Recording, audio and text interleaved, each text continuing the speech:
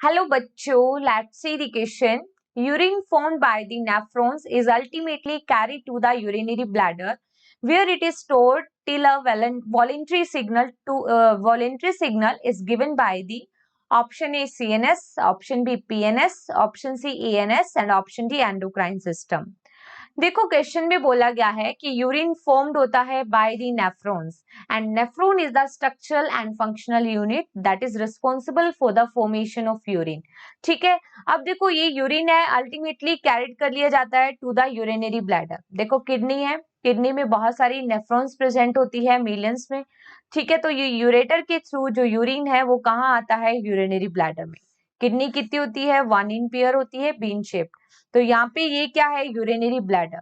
और इस urinary bladder के अंदर टेम्परेरी क्या स्टोर रहता है? यूरिन स्टोर रहता है। ठीक है, और जब तक कि वॉलेंट्री होते हैं, डिजायर्ड सिग्नल नहीं आते, तब तक यूरिन को पास आउट नहीं करती। ठीक है, तो यूरिनरी ब्लैडर में जो वॉलेंट्री सिग्नल होते हैं that is given by the central nervous system. ठीक है, सेंट्रल नर्वस सिस्टम जिसमें इंक्लूड रहता है ब्रेन एंड स्पाइनल कॉर्ड।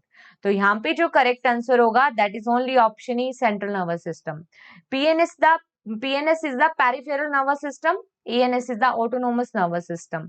ठीक है, endocrine system that is related to the hormone, लेकिन जो वॉलेंट्री सिग्नल देते हैं that is by CNS. So here only A is the correct answer. Best of luck.